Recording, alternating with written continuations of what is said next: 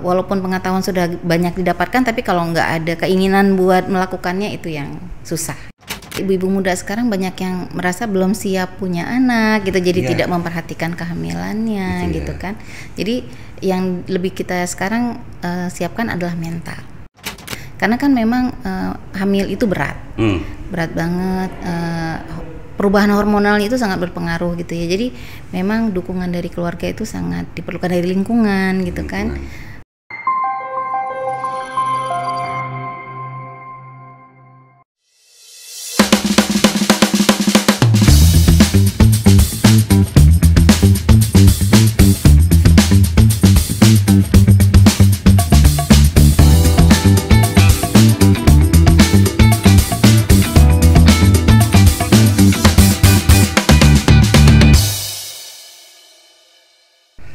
Halo, assalamualaikum. Apa kabar sahabat IPOL? Semoga kita semua sehat dan selalu dilancarkan aktivitasnya.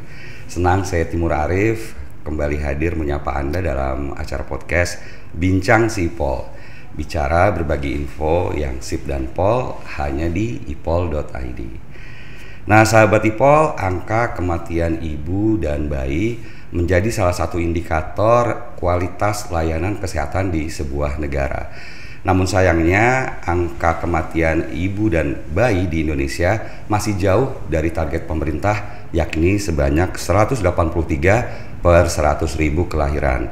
Angka ini tentu cukup tinggi mengingat di Asia Tenggara Indonesia nih yang masih tertinggi angka AKI dan AKB-nya. Nah, lantas bagaimana pemerintah dan stakeholder mempunyai program-program untuk menjamin kesehatan ibu dan anak? Dan bagaimana pula program jaminan kesehatan nasional mampu mengcover terkait kesehatan kehamilan ibu dan kesehatan bayi.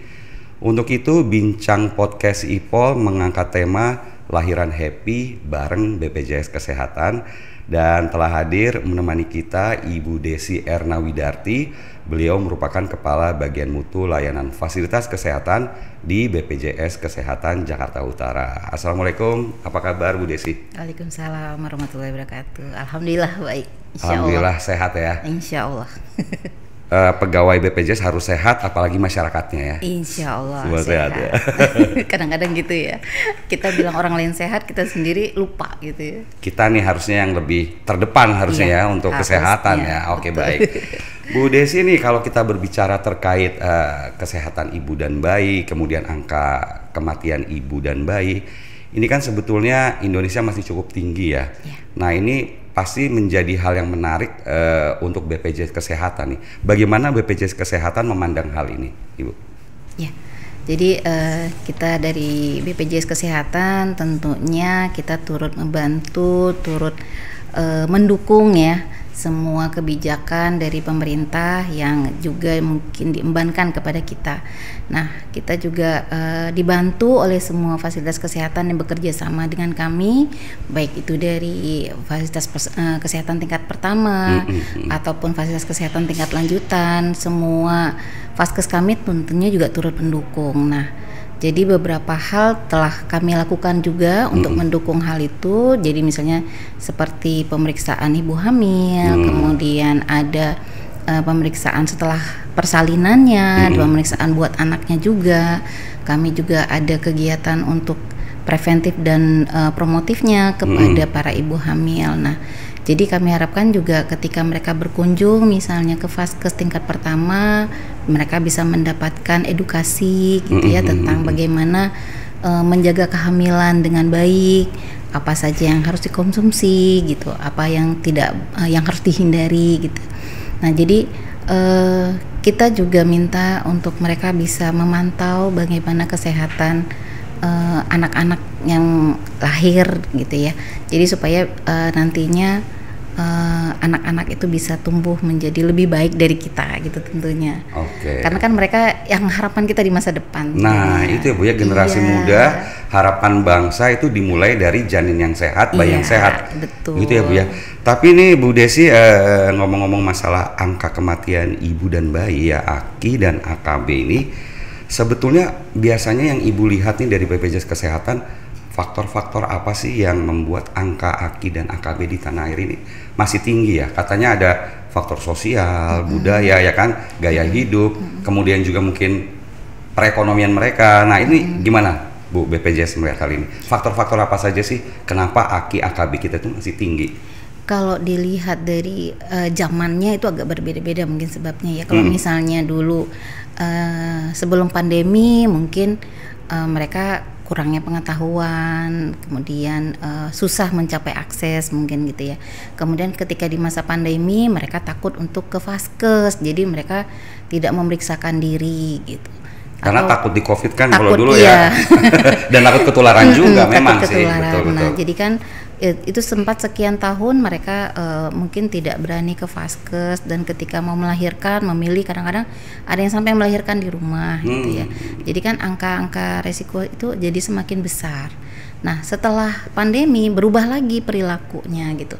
Yang tadinya sekarang ini jadi seperti pola makan, kemudian mungkin jadi sekarang ada generasi mager ya istilahnya, gaya gitu hidup ya. Jadi kemana-mana sekarang Gojek gampang. Jadi ibu hamil sudah tidak lagi kegiatan misalnya jalan-jalan atau apa ya, kegiatan fisiknya. Kemudian makanan yang disajikan mungkin sekarang udah banyak yang instan gitu. Jadi itu juga mempengaruhi nantinya untuk kesehatan kandungannya gitu kan. Kemudian juga akan mempengaruhi nanti ketika anaknya lahir. Jadi kenapa sekarang jadi banyak kasus stunting misalnya gitu ya. Jadi itu dipengaruhi juga dari ketika masa kehamilan. Ibu-ibu zaman sekarang mungkin pengetahuannya sudah banyak, tapi apakah mereka mau melaksanakan apa yang diketahuinya atau tidak gitu. Sekarang zamannya era digital ya, jadi ngegosip aja ibu-ibu mama di gang tuh pakai HP gitu ya. Jadi untuk jalannya aja udah nggak ada, bakar kalorinya nggak ada ya. Kalau dulu kan si arisan kumpul gitu kan, atau nongkrong yuk gitu kan. Kalau sekarang jadi nongkrongnya di di rumah tapi pakai HP aja. Di dunia maya jadi ya. Jadi untuk aktivitas geraknya kurang banget. Itu salah satu faktor juga kenapa AKI AKB tinggi di tanah air.